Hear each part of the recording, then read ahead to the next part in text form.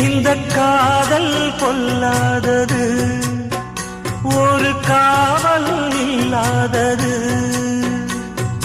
ஊதக்காத்தில் வஞ்சி மாது ஒத்தையிலே வாடும் போது போர்வை போல பொத்தி அணைப்பே.